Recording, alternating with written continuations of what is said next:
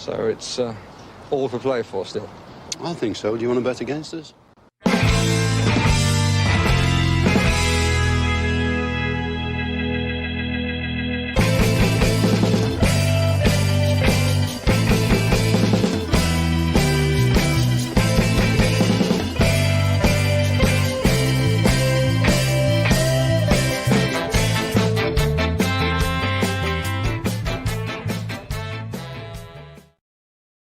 Hello, Villa fans, and welcome to For the Love of Paul McGrath podcast, a post-match review that,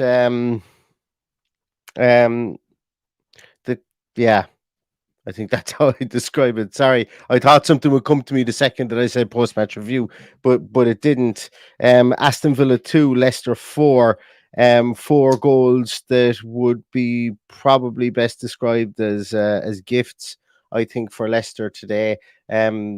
Defending was optional at times for the last 20 minutes, and a game really that Aston Villa tried to control, that they had chances in, and we'll look back at it, and I'm sure Unai Emery will take paint off the dressing room this evening because there was naivety in defending. I think that's fair to say, and uncharacteristic poor performance from Boubacar Kamara leading to 2 goals, definitely 1 goal, and then something that I've been calling attention to since the Liverpool game, with Luka Dean's lack of communication leading to Tete being able to ghost in off his wing for 2 goals. I know the commentators I was watching were very uncomplimentary of Tyrone Mings for both those goals. And look, it's absolutely fine if you guys want to think that as well. But there's a reason that that Alex Moreno was brought in, I think, and Luka Dean's defending was not good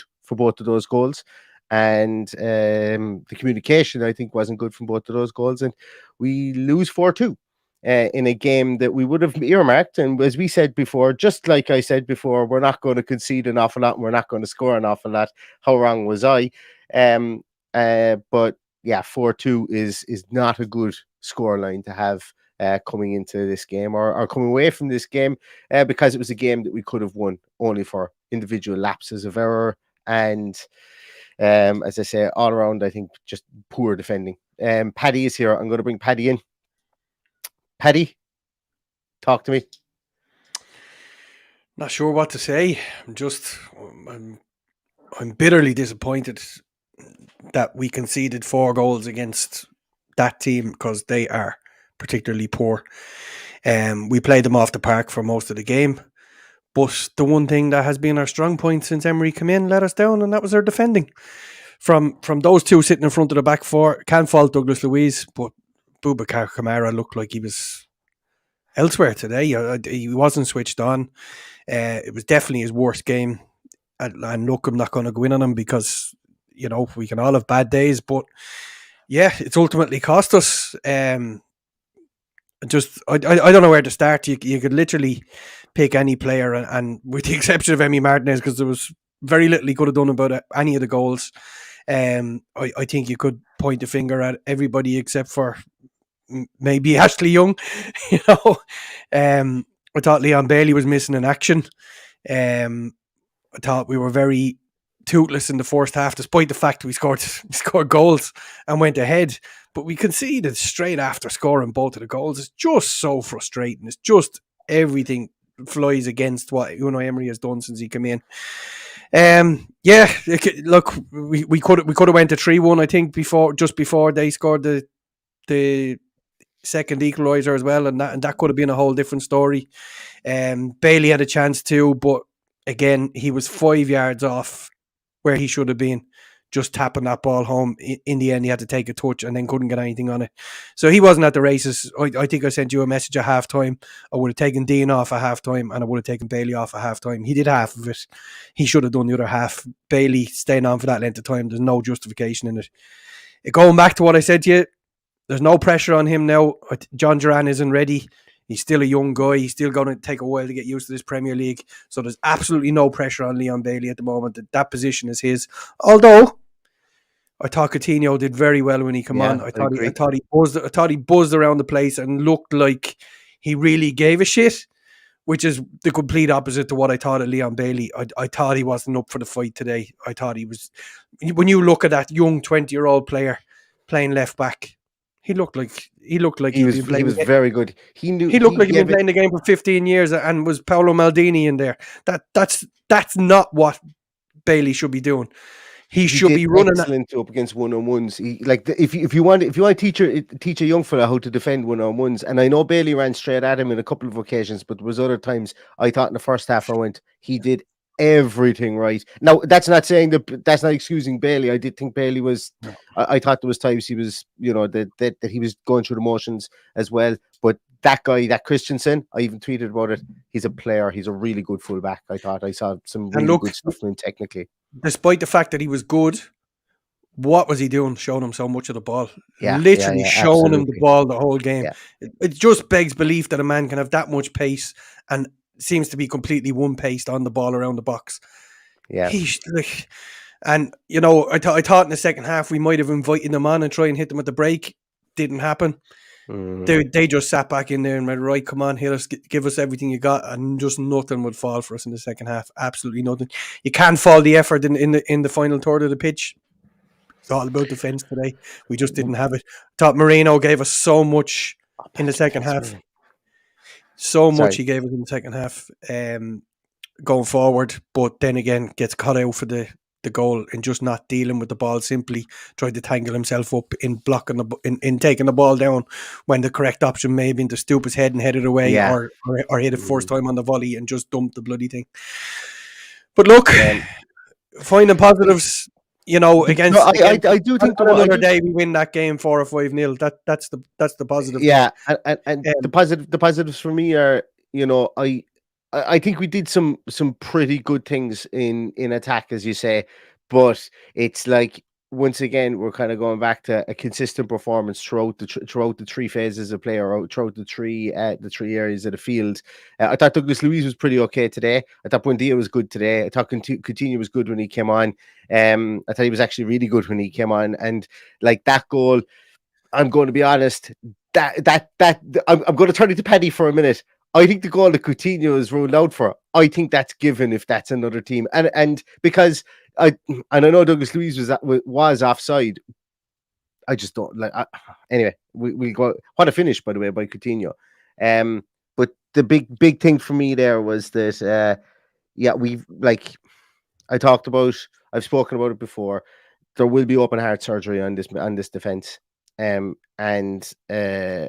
Diego Carlos is coming back soon, and I wouldn't be surprised to see him in the team quickly. I know people will say he mightn't be ready or not yet, but that's the option that we have to come in there. But for me, like, I got pilloried for it after Liverpool, and probably rightly so, because I did go in hard on Luka Dean afterwards. But the more I look at it, the more I'm rowing back to the comments that I had with regards to his defense.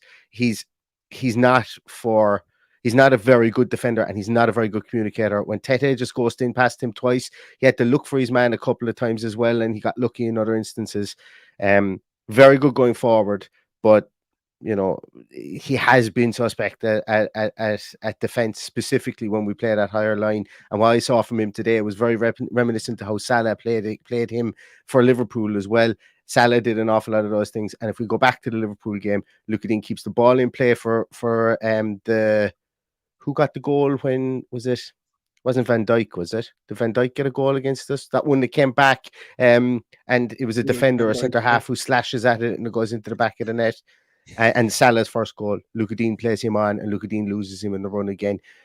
Just little things like that, and they're the fine margins. And I'm not going in hard on him or anything like that. We've signed Alex Moreno, and he made a mistake as well when he came on today. This game finishes 3-2 easy, if not 3-3. But Alex Moreno makes a really poor mistake. He just hits a fresh air, and so there's equal blame to go around to an awful lot of defenders today. But as I say, it's a work in progress. Somebody sent me a message there, and I can't remember who it was. It could have been you, Stephen Wright. I think it might have been you. Said, we're learning, and I prefer to be learning while we can see what we're trying to learn, than to be going out and playing aimlessly like we were under Steven Gerrard. And I know at the time I read it and I went, fuck that, But the more I'm kind of calming down after the game, the more I'm kind of thinking that there's merit to it as well. And I hope when I watch it back tomorrow that you can see small things like that. But those 4 goals are going to haunt. They're going to haunt for the rest of the weekend, I think, Paddy. Well, you mentioned the Liverpool game. I think we've learned 2 valuable lessons in these 2 games. So the 2 games that we went out and played a high line, and we got hammered today. We didn't particularly get hammered against Liverpool, I know, but it's just shocking. It's shocking from a point of view is we know Leicester are a poor version of their former self, and yet they go out and score 4 goals against us. Yeah, that's very hard to take. As a fan, that's very hard to take. And I feel sorry for the look, and I keep going back to it. The guys that are in that stadium today are paying way more money than they were last year to watch that. So we shouldn't have days like today where we're conceding. If we go out and concede 4 goals against Arsenal in 2 weeks' time, we put our hands up and go, look, Arsenal have been awesome all season. No, they didn't perform today. But it's Leicester. We should not be conceding 4 goals against Leicester. No. They had 6 shots on targets. 5 of them went into the back of the net. Then the goal for disallowed for offside. Isn't that right? 1 for offside. Did they have 1 offside? They did. I don't remember. I don't think so. Was there not? Did they?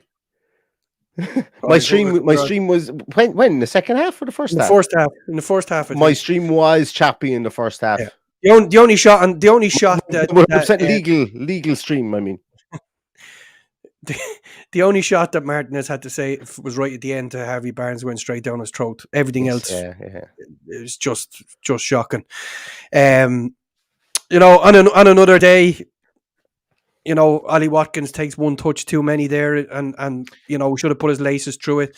The one where I know the goalkeeper gets a slight touch on it, but body positioning completely wrong at the back post. There were just so many occasions, Moreno getting to the ball line, pulling it back, shots blocked. I think we had 9 shots blocked today. Yeah.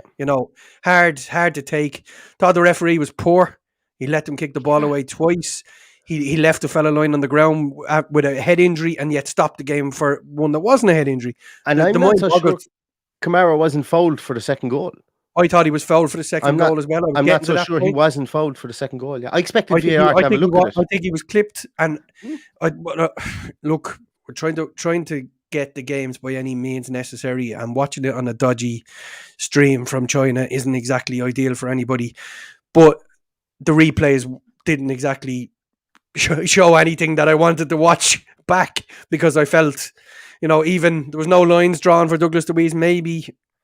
On watching that in HD, it looked like maybe he was offside. I don't know. It's a tough one to take.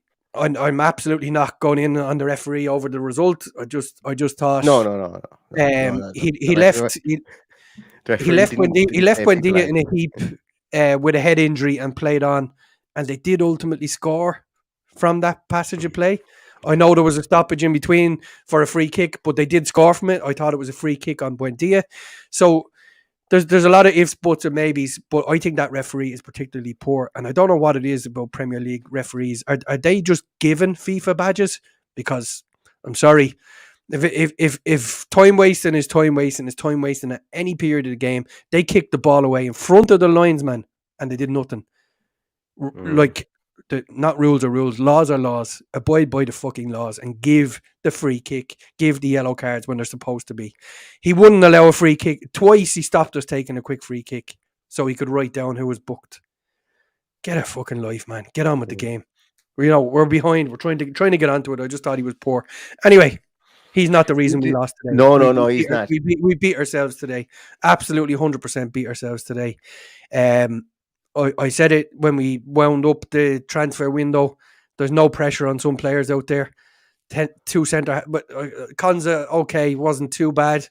I don't think the high line suits him, but I thought Tyrone Mings had a particularly poor game today. I think he let the crowd get into his head.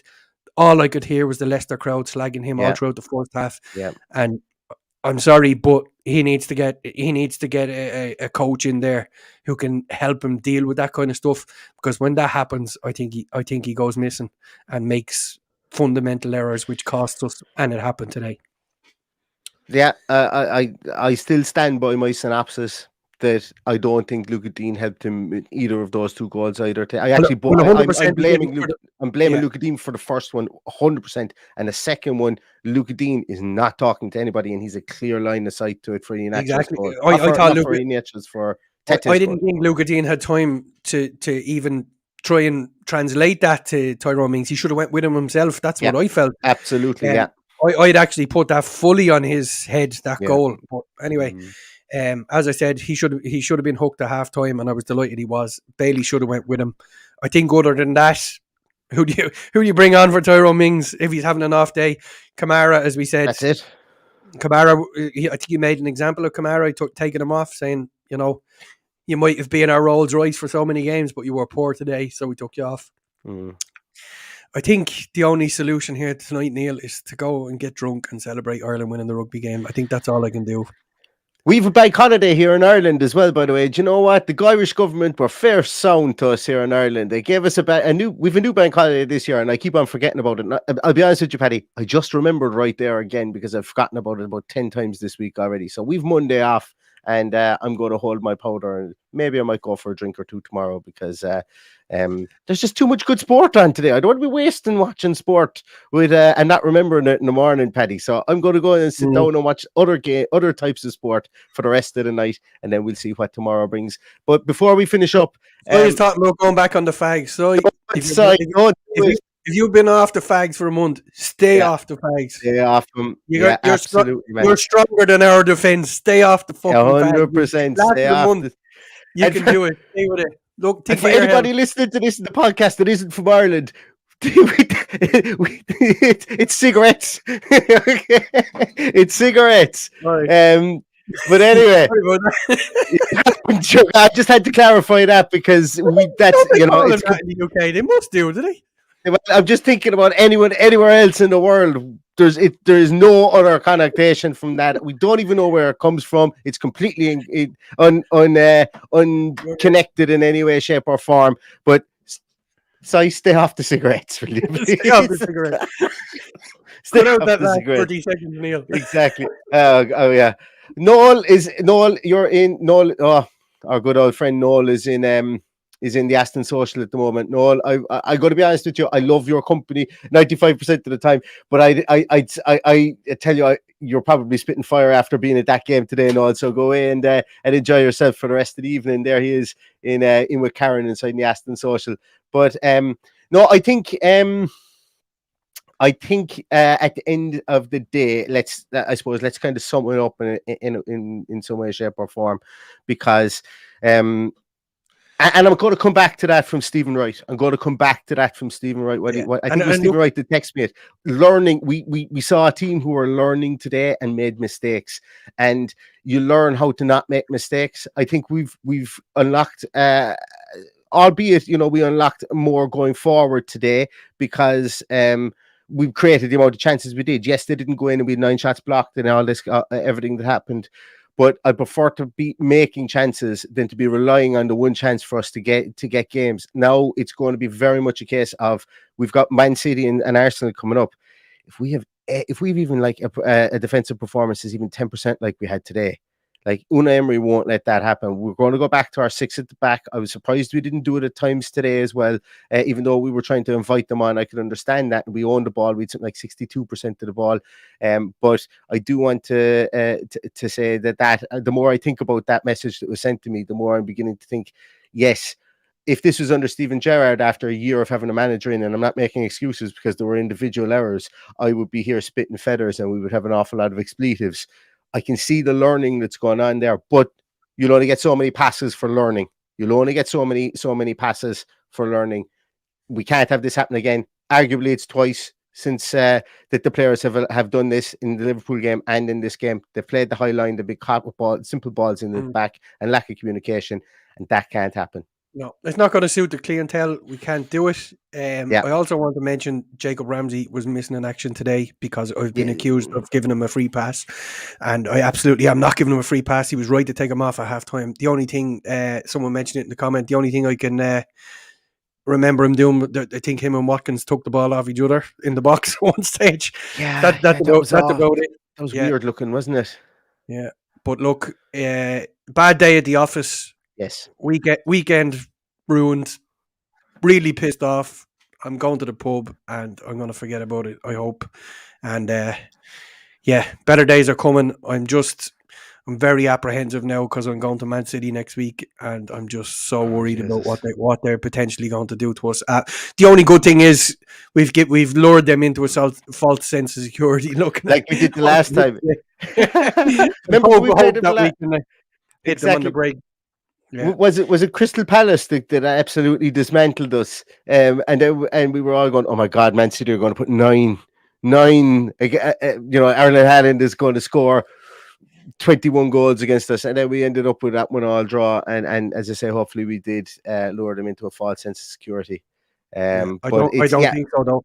I'm absolutely not confident, and I'm absolutely not looking forward to it because I've just got off crutches, and I've just found out I'm sitting in the third tier of the fucking Etihad. I gotta climb all them stairs after a few weeks on the crutches. But anyway, there you go. Be all right. I hear they're I wonder should I bring the crutches? They might feel sorry for me and put me in the lower tier. Yeah, do that. Yeah. But as I say, they'll install a chairlift for old fellas like you anyway, Paddy. It's fine. It's fine. Yeah. It's like that's what they do. Look, lads and lasses, and everybody watching. This is a bit of a shorter one, but look. I say once again, my second summarization of this game. Look, we have the players that we have. Don't bother. We all hear this. We have the players that we have at the moment. As I say, we made individual errors today. We're not going all in 2-footed on any player. I think we just called it as we saw it today with a lot of players. And as I say, it's the way it is.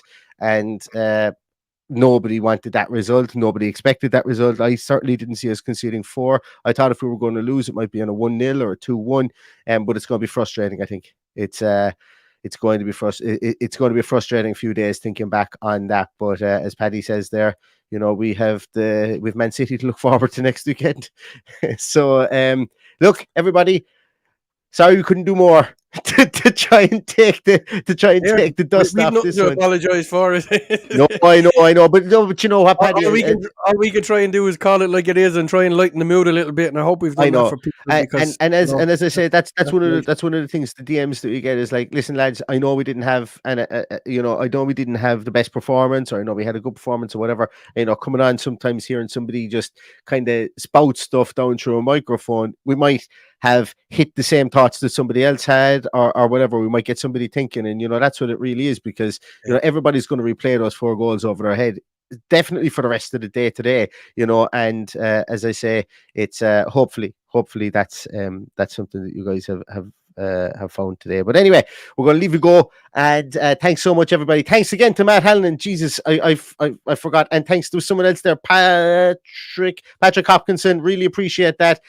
Paddy, you could have a beer with Patrick Hopkinson this evening, and for Matt as well. Matt, I tell you, at this stage, if we were selling shares in the podcast, you'd own more of it than we would at this stage. So thank you so much, Matt. I really, really appreciate it. Cheers, and to everybody else Patrick out there, I really appreciate all your comments. I really appreciate you sticking with us. It's tough to come on and listen to people spout after a loss like that, and every weekend, you guys bless us with your presence. So I really, really appreciate it. And so yeah, that's it. 4-2 Leicester. Aston Villa didn't show up today in some aspects, but hopefully our tactician can get something together for next weekend. And we will be back during the week. We'll be back with a pre-match team sheet tantrum and a post-match again for the Man City game. So yeah, and look, in the meantime, everybody stay safe, stay healthy, and all that's left to say is up the Villa. Up the Villa.